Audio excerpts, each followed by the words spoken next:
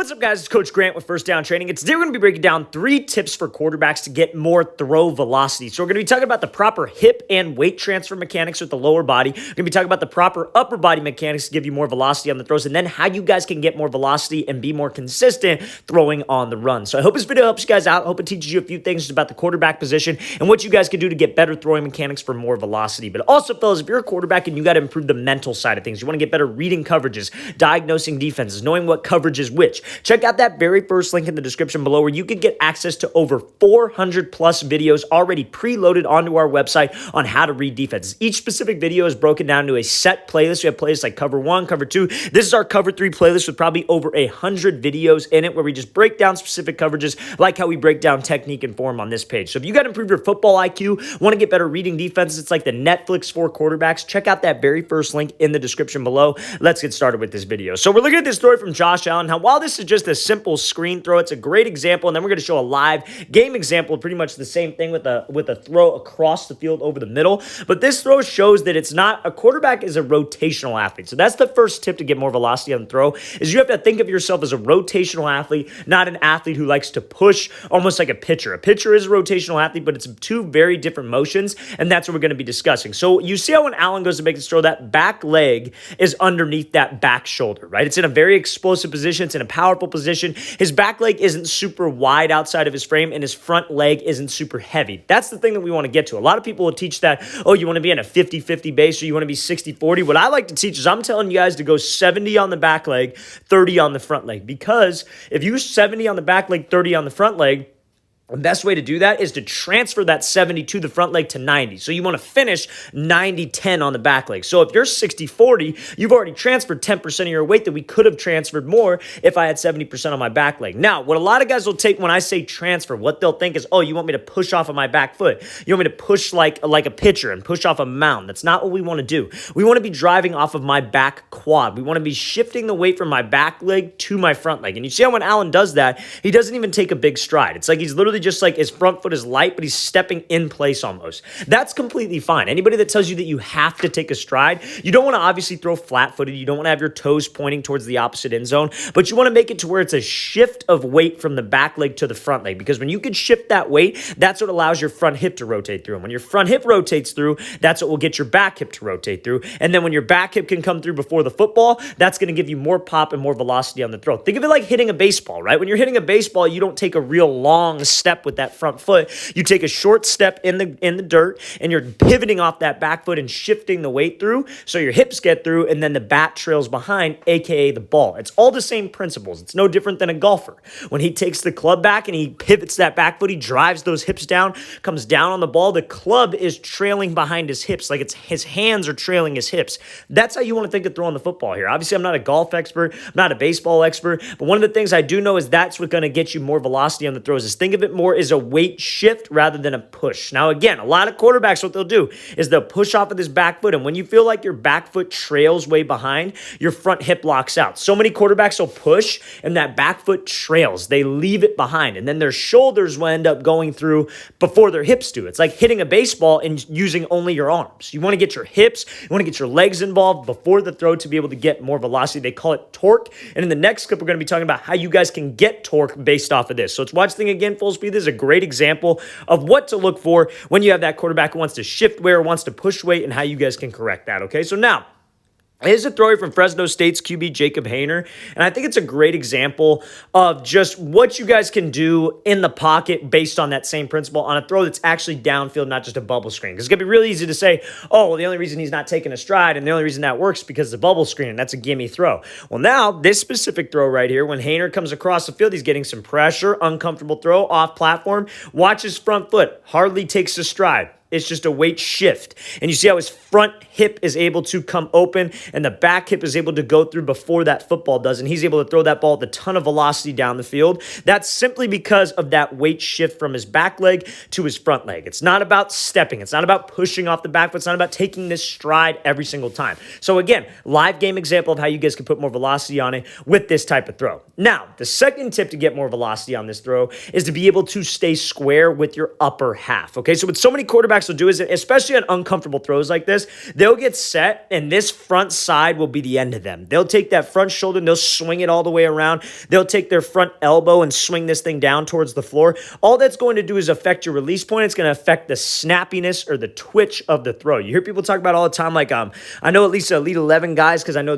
what the stuff that they do is highly publicized. They talk about sometimes guys being twitchy. Oh, he's real twitchy. This is what that means. It means that you're able to transfer weight, generate power from your lower half and your hips, but you're able to control the power and get that snappiness of the throw with your upper half. So when we throw, a good gauge is you want to try to stay parallel to the target, wherever it may be, with your shoulders and your hips. You want to keep it facing the target because that directs that energy going towards the target. Now, when you swing your front elbow down, and if you guys watched on Thanksgiving, you watched the Bills Saints when Drew Brees was talking about Josh Allen's form, and he was talking about how, when he dips his head out of there, his release comes outside of his frame. That's exactly what I'm talking about, right? That was a great example of just mechanics and how the body works from one of the best to ever do it, right? So when this elbow swings down towards the floor, your release is going to get pushed high. It's just simple. Your body's split down a midline. You think of it like you got a pole going down the middle of your back. And then when you like to swing that front shoulder open, guess what? Your arm's going to fly outside of your frame and you're going to miss right to left. So we got to make sure that we stay square with my hips and my shoulders.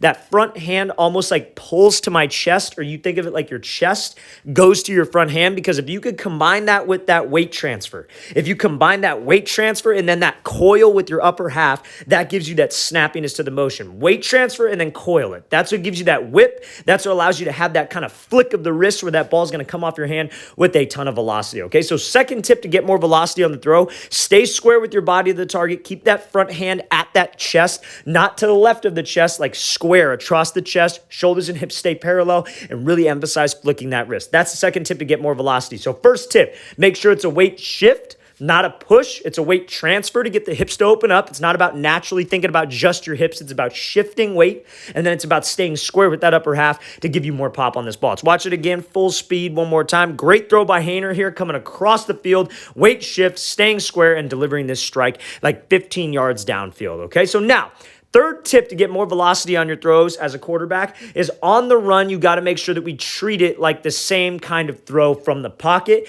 and get the same kind of hip and shoulder separation, okay? So what you got to understand on the run is that it's a little bit different in terms of the step that you take, right? So everything's kind of opposite. This is where a lot of guys get tripped up, but it's opposite because you want to step, instead of having that that weight transfer that creates the step with your front leg, like if you're a righty, it would be your left foot, or if you're a lefty, it would be your right foot, but that front foot, instead of stepping with your front foot, you're going to be stepping with your throwing side foot. Okay, so the throwing side foot, and sometimes guys who struggle to throw from the pocket with torque are much better on the run because it's a little bit simpler of a process, I guess you could say. There's less steps because you're on the move, so you don't really have to think too much about, follow through or load or base. It's all just really about dissociation, separating your shoulders from your hips, right? So when Wentz steps at this target with that toe, he's throwing towards the corner of the end zone. So what does he do? He angles that toe at the direction of the throw. Guess what that does? That gets your hips to the throw. Now, if you can step and at the same time you have that front shoulder loaded and you're taking that ball back,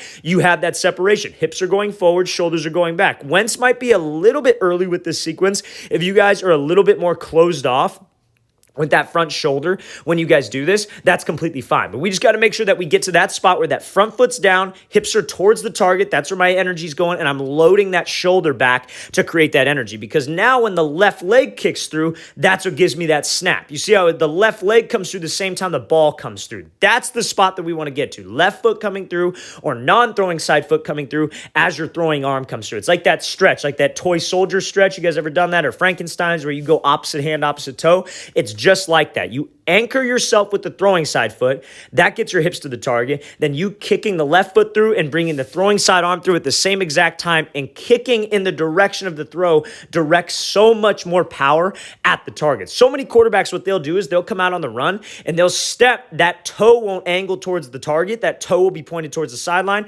Then their hips go to the sideline, and then it's in a cross-body throw. Wherever your hips are going, that's where that ball should be going, right? So if you're trying to throw it across your body and your hips going towards the sideline, it's not going to be natural. We're going to be be inconsistent, and we're going to end up pulling out of there with my front arm like we talked about in that Jacob Hayner clip. So then a lot of quarterbacks will get to this spot, but what they won't do is they won't kick through. That left leg will just continue towards the sideline. Then guess what? Your front hip closes, and it's the same thing. It's in a cross-body throw. So we have to make sure that I'm angling that step at the target. I'm kicking that left leg through, and as I angle the step, I keep that front shoulder loaded so I could get that torque, and you see he keeps that thing nice and tight to his chest. Hips and his shoulders stay square, just like that clip we showed with Jacob Hayner. This is a perfect example of how you guys can get more velocity on the run. Let's watch the thing again, full speed one more time. Great throw here by Wentz. A lot of velocity having to pierce through two defenders on the back corner of the end zone. Overall, great throw. That's how you guys could get more velocity, okay? All right, guys, we want to thank you for watching. I really appreciate it. And again, fellas, if you're a quarterback and you want to get a better football IQ, you want to be able to identify defenses, recognize coverages, check out that very first link in the description below. Over 400 videos already preloaded and 3 to 4 new uploads every single week, all based on how to read defenses, and we break down defensive coverages. Check out that very first link below. And if you guys have any questions at all, don't hesitate to leave those in the comment section. We'll get back to you as soon as I can. I always appreciate the feedback. I'll see you guys next time.